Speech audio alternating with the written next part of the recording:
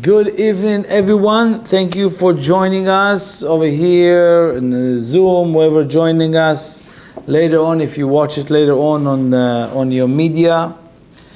This week is, by the Kabbalists, we learn that every week there is almost like few tools, spiritual arsenal that we need to add to our life.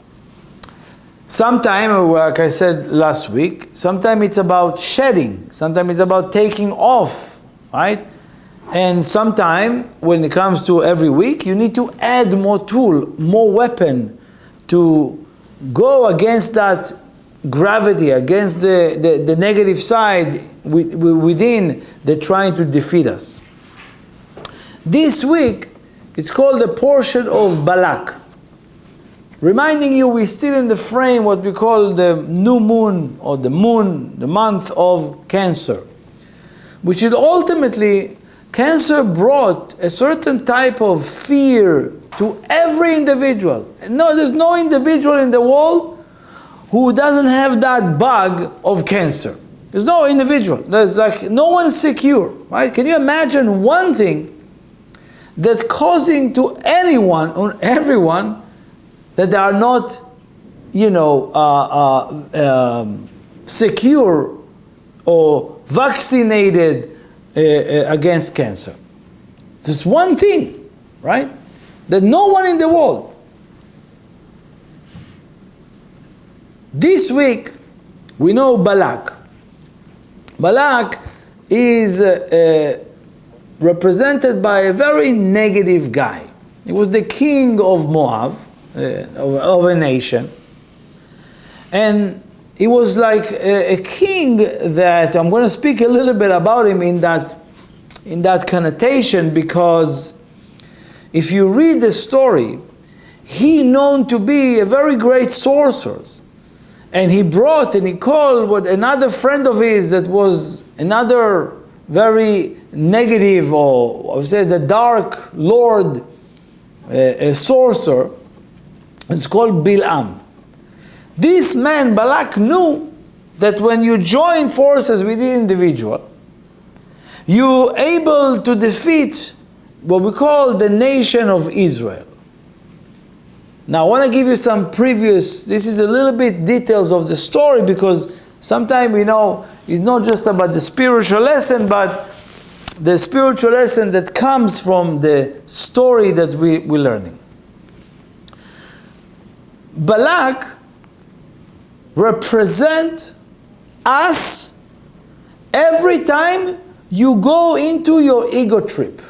You know an ego trip? Some of the time you go into an ego trip that takes you on a ride that you never know where it's going to end. And most of the time, in the end of an ego trip, there is a complete collapse, a very hard falling, and crash.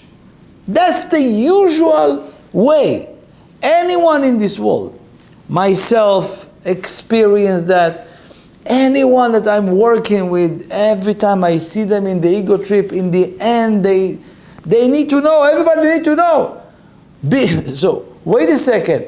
Does anybody wake up in the morning and wants to go into an ego trip? No.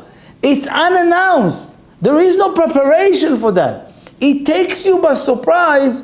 The Baal Shem Tov explained it in a beautiful way. He says, about the ego trip, he says, it's like a man that's sitting in a car and he fell asleep. And while he's asleep, the car climb up on a mountain. And he wakes up and he sees himself on a mountain, right? So he's unaware that he's on the mountain, right? He's high in the... He says, how did I get here, right? Because he was asleep. The same thing for us. Sometimes we don't even know that a certain behavior or a certain words or a certain action that we do can lead us into an ego trip that eventually, we find ourselves alone, crashed. So there is no preparation for that. And therefore, we need to understand that how to secure ourselves that success that we're going to have, that we want, not gonna come with what we call, side effects, that ego trips effects. The story goes that Balak got into an ego trip. Why? He sees, and this is what he sees, right? He sees and hears that there is a nation who stands in front of his country. And there's a little bit background for the story because it's important to understand. The Israelites, Bnei Israel, the Israelites in the desert, these are people who left Egypt, right? They are not warriors. These are supposedly, quote unquote, slaves, right? So, what do you mean? How do they fit all these wars? They went out, and all what you hear all the time in the desert for 40 years, different wars with nations that are super powerful nations. And you say, wait a second, they just got off slavery. Where do they know how to fight? Where is the weapon? How did they win anything? And we learn that each one of the wars that they won and that defeated really mighty nations, I'm not talking about little group of people, was only in a revealed miracles that clearly, and super power, spiritual powers. That's what. So Balak, this guy, he wakes up and say, wait a second, I can come up with all my, with all my soldiers, but it doesn't work. I need to find another way to defeat their spiritual power. Because any other war that they fought before, no one was success. And just to understand, give you some background, right? So there were few big nations that they defeated. It's called the Chivi, V'Achiti, V'Amori. These are the names of different places that they had to cross, and the nation didn't let them cross through that, and they had to fight with them on the way to Israel, right? So this is like the physical story, right? Each one of them, like the tzir'ah. The Creator infused the tzir'ah. Tzir'ah is a wasp that helped them. So the tzir'ah took the vein or the venom of the snake and went to all those soldiers and blind them and spit it in their eyes. Miracle, right? That the world of nature, the world of animal, start serving the Creator doing the fight, right? And blind them and causes death into the eyes of the goyim, the eyes of those nations. We know that also we had the miracle, like last week I spoke to you about it, that they took the snake, right? And everybody looked at the snake and healed from any snake bites, They had another one called the Nachal Arnon. There was a river, a creek, where they had to go passage there. And a nation, Emoraim,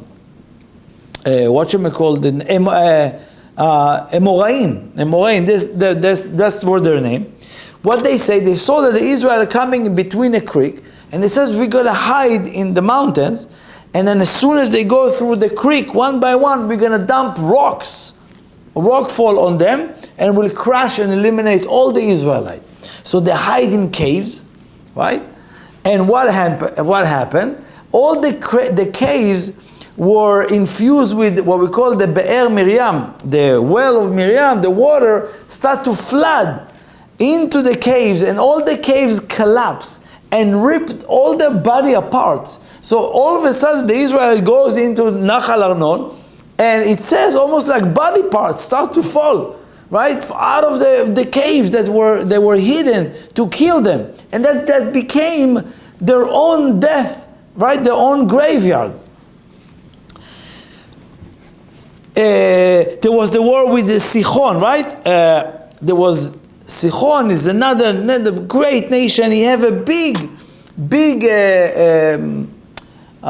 castle. He was secure in a place, and nobody could enter, right? What happened? The Creator sent tolaim, worms that enter their body and kill them only through excruciating pain. Also, the Creator made their faces of their own nation look like the Israelite. So when they saw that, they thought, oh, the Israelites are here. And they start killing each other. Because almost like illusion of the thing is, it's their own people. Were slaughtered by their own people. These wars were won. Or take Og, known to be Og Melech HaBashan, and many others. These ideas, this king used to be a mighty giant. Nobody can win that guy, and he's on a big mountain, and he's sitting on the mountain, and he can literally smash anyone, right? No one could defeat him. What is the Creator did? Send the ants, nemalim, ants, and what did they do? Tons and tons of ants start to dig in the mountain, in the middle of the mountain, a big hole, and all the mountain collapsed, and he fell and died, right? So you're saying, wow, this seems like a sci-fi movie, right? How this is all nice stories. But I want to tell you that these stories led Balak to come up with a scheme of how to defeat because he understood that no way, I'm not going to go and fight with them, sword to sword. I have to fight their spiritual power. So Balak and Bilam scheming all of that. In the whole portion, which I spoke about many years, the same idea. The Israelites in the whole story are not even aware that that is actually happening. So you understand the amount of miracles way beyond all the stuff that they were engaged and they knew it's happening. In this war, they didn't even know that there is two kings, or this king called Balak, that is scheming to completely eradicate their spiritual power and completely, eliminate them. They don't even know. They don't even know that that's happening. They don't even aware of the defeating of this Balak and Bilam as well. It's crazy understanding here. So now, first of all, from that idea of Balak, and the reason I'm mentioning it, because sometimes, most of us don't really believe so much in the force of light. Not really convinced that there is light. Sometimes we are not really thinking that, oh, that's very nice miracle, sounds good. Maybe it's a doctor mistake, or maybe something made a mistake, and therefore, for people it's very hard to live in a miraculous reality. For people it's very hard to disconnect from the physical appearance and to connect to the spiritual realm of where everything is happening. And therefore, sometimes we get stuck and thinking, no, that's very nice stories, it's interesting, right? But that can't be. That is what can get us into that ego trip. Because when we are not connected to real light, or really connected,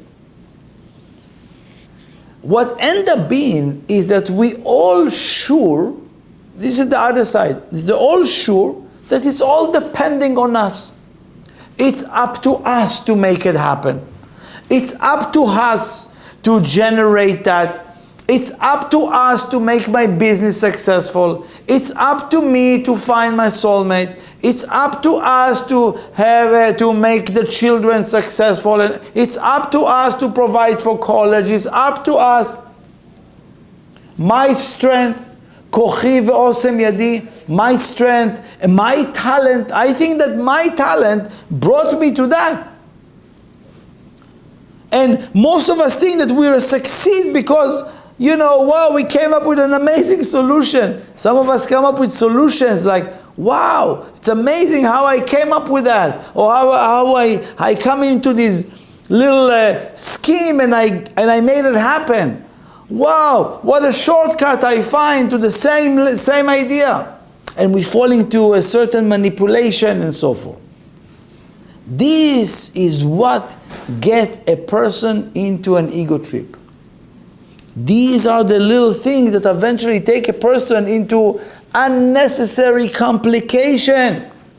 Unnecessary complication. Unnecessary chased by and from the illusionary reality.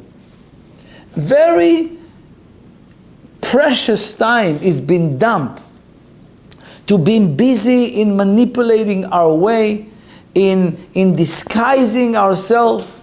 This is what Balak and Bilam is about. This is what we eliminating. This is what caused cancer. When we are in that way of like trying to figure out on our own, not with the light. This week, you need to apply for yourself a question. And a real question that you want to ask yourself. Am I working with the light? Or I'm into my ego trip? I'm on a trip that I don't know where my ego will end up. It's very clear, distinguished this week. Because when you work with the light, you will find the right solution. Maybe not in the time that you think, and not from where you think is going to come. But everything will fall into place. So there's two ideas here I want to give you. Two things, like I said in the beginning. First step is shedding. What does it mean? First step is all the list that I just mentioned to you right now cannot be part of your ways anymore. That's it. I'm not manipulating anymore. I'm not looking for a scheme. I'm not looking for a shortcut anymore. I'm not thinking that I've done. That's my power, my talent. Not anymore. You need to be able to not use those things, because it's really the end result from them is to take you on that trip. So the first step, as I said before, is what not to do, what to shed, right? What to remove. I'm done with this. Am I working with the light? Should be your guiding. Am I working with the Creator? Or I'm working with my ego and what I think and how I can make it happen. And two, it's a little bit deeper work. As I said before, one is to make sure I'm not participating in this type of way of living, in this type of way of manifesting. Second is you want to do some deeper work on yourself. And the work is, again, that's the need of this week, is how many of us using seduction in our behavior. How many of us trying to seduce others, luring others to what type of thing in our mind that we want them to be or to do. Where and again, it's a little bit deeper work on ourselves, right? Some of us sending gifts. I just thought about you. Here is a voucher. Here is a this. I thought about you. I send you this clip. I have a joke sending you. Why? Right? Or very flattery messages. Right? We so accommodating. Love it, accommodating for everyone to be okay. Pleasing others. Why do we do that? Why do we use this? Right? Sometimes people that we need their favors or something that to be in our favor, so we more cling to them in a certain way, or we trying to give them some more favor because we want some of theirs, right? Why do we need to flirt? Where does it come, these flirtations, right? Why do we use it? And anyone and everyone uses that. Why? Why are we too nice to those people? And which are those people?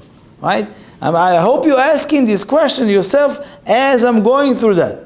Why do we treat this particular individual different than that individual?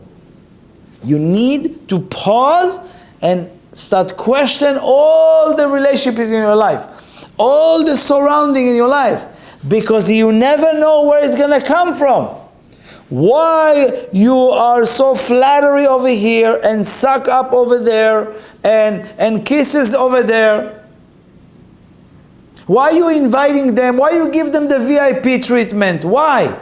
You need to question your motive and why you're doing it. First, this week, because this is the seed level of the ego trip that Balak wants to send us on. Right? And this is the source of cancer in relationship, cancer in business, cancer, chas v'shalom, God forbid, never in the physical body, but this is what causing that fraction. But this is all result of Balak completely controlling you, the force of darkness controlling you. If you uses all what I just said right now, you need to know that you are controlled by Balak. He enter your system. He's there. That system called Balak. That's why there's a portion after his name. So we will be aware that it's a very important aspect of who we are, that we are not interested in engaging or allowing ourselves to use. We are such a, some people are so talented in small talks and how to move people around and how to massage people and with a touch and with a kiss and with a this and that. They run the room quickly and they buying everybody in 2 minutes. Some people are very talented in those things. Communicative people, or people who know how to unlike me, I'm not that talented in this, in articulating sometimes a sentence, like articulating in one word everything, and you are so fascinated by those people, right? Be aware, not you, the people who uses that to lure people, to pull people into their direction. Very important for all of us to understand, because it's all coming from a place called temptation. Why are we open to temptation? How did they tempt us into that? Sometimes it's a good salesperson that tempt you to buy something you don't need. Sometimes it's a thought. Sometimes it's some craving that tempt you. Sometimes it's individual who tempt you to, come, it's going to be amazing. Right? Let's go. It's going to be an amazing party. Social media. It's all prey on temptation. Only, what do they give you? They give you a snap. They give you a snap of a minute of like the yacht and the this and the that and the visual, right? Why are we open for all those temptations? This is what we're finishing this week. Potential to finish this week. Why? I tell you why. If you live by certain rules, and if you have guidance that is way more elevated, like we have, not to say that we follow all the rules of Kabbalah, right? It takes time, it takes effort, it takes desire, right? But with this wisdom, it's clearly that temptation is closed. That's it. That's it. It's very clear. By spiritual tools and spiritual rules and spiritual power, you are able to say, no, no. You can backflip. You can come up with all the money pouring on me. I'm not tempted for that anymore. Comes a time that you need to say no more. No more temptation. I'm not allowing myself to use it. Right? How do we tempting people to get what we want? It's all there. And this is what Balak did. What did Balak do? As soon as at the beginning, he knew that by himself he cannot do it. What did he do? And this is the Zohar speaks about it a lot. This is what I'm interested that lesson that is appear in the universe right now, probably 3,000 years ago or more, but it's the same projection that tool is exist. He goes to and send ministers, the highest minister in his country, to fetch Bilam. Bilam sitting there in his place, in his home, and then he sees all these important people come to his door. Hey, you've been fetched by Balak. Me? Why? And then he says, listen, I'm not going to do it. I'm a man of God. I need to know the reason. And he sent again even more VIPs, right? Imagine if a friend of yours invite you to a party and you says, no, I don't want to come. And then you hear that the biggest VIPs are in that party that you are invited to. All of a sudden you have a change of heart, right? All of a sudden, you know what, I feel like, I should come. Maybe just for the sharing. You call it sharing. But you just realize that there's few VIPs that are very important key for your business or for your promotion that you need. All of a sudden you have a change of heart. That's what he did. He sent him sarim yoter chashuvim, and way more important ministers. Like almost like the prime minister of the country comes.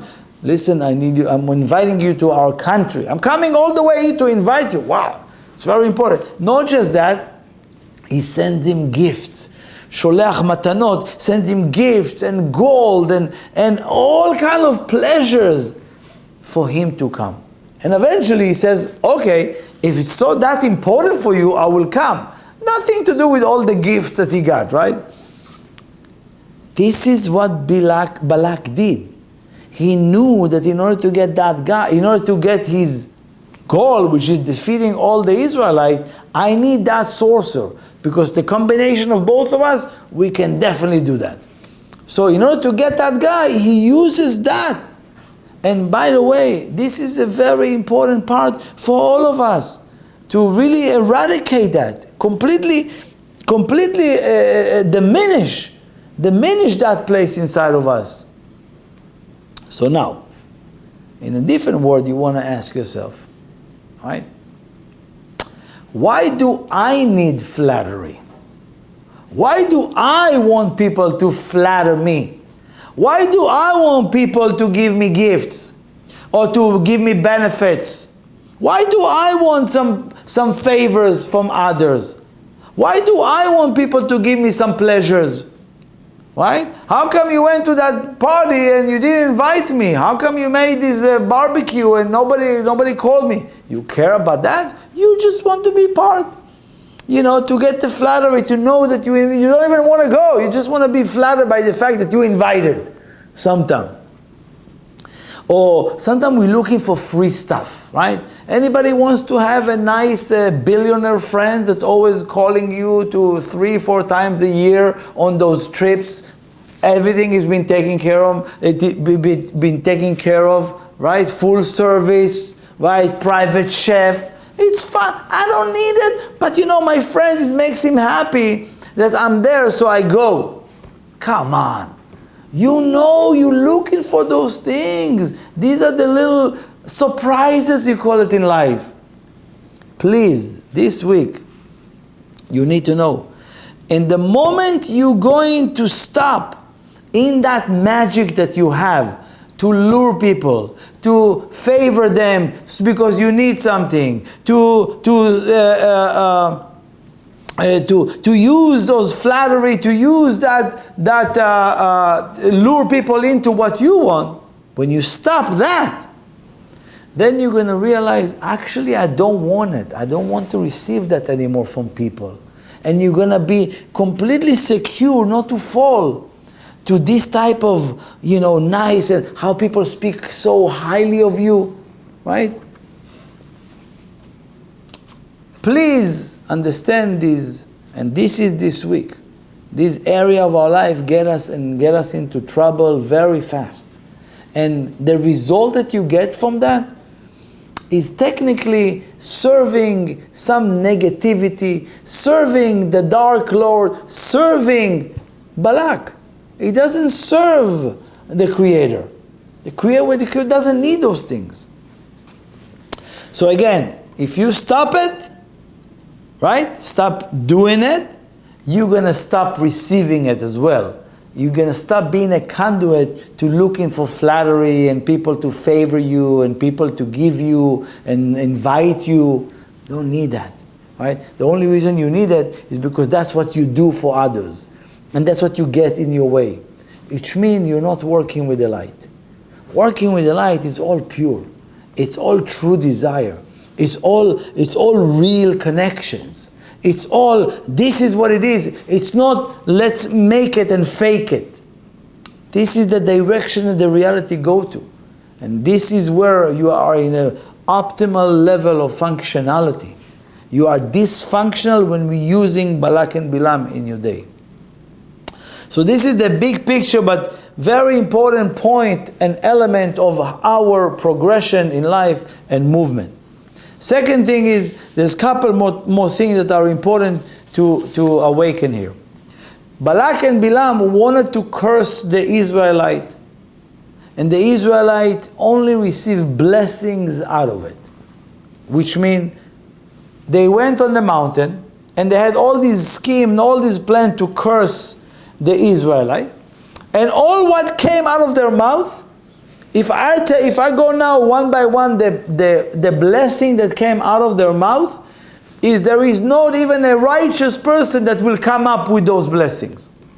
It came out from these two negative guys, the highest level, because we have to understand the deepest the darkness is, the highest the light is, right? The greater darkness, the greater the light. So the greatest light that came from them is because they were so dark. Only about what I just mentioned before, and only blessings comes out of. Why? Not because they change of heart. It's because the protection of the Israelite. The protection, any missile that came, any negativity that came, were converted and felt like a blessing. Felt like a blessing that comes down. Imagine, and they have no idea where this come from. Not that they saw Balak and Bilam doing this all day. They didn't know. Felt blessed. The Zohar explained, and it's very important for all of us to understand that and to handle it right. It says that 90% of the people of the world die before their time. Why? Because they don't know to protect themselves from evil eye, from negativity, right? That's what Balak and Bilam wanted to do. Evil eye and evil tongue. They used the words, they wanted to curse and bringing what we call evil forces through the eyes. And the Zohar explained that sometime, let's say you have a friend of yours, that you both running businesses, and you have a meeting. And in the meeting, you don't know, but your friend failed in a business deal that was the biggest one that he worked on. And he failed miserably. And you don't know that. Right? You're not unaware of this. And you come to your friend and say, oh, buddy, you don't understand what happened. I closed my biggest deal. You don't know what your friend go through. And you come and you share your biggest news. At that moment, not even it's your best friend. What is your friend feeling in that moment? The emptiness, right? I'm so happy to my friend, but wow, I'm just failed, right? Or you looking for a soulmate and your friend call you, hey, I'm getting married, right? A person you don't know work on children, then you says, oh, your wife is pregnant. You know, you tell him that your wife is pregnant and they trying to work on children. What do you think happened in that moment, right? All of a sudden, that's what evil eye is about. It's not that the person has an evil thought. You awaken lack to that person. You awaken something that is like a vacancy. Because now I see I don't have that light. Why they have that light? That is important to understand, that if people don't know how to handle lack, they use this in a very negative way. They're falling into it.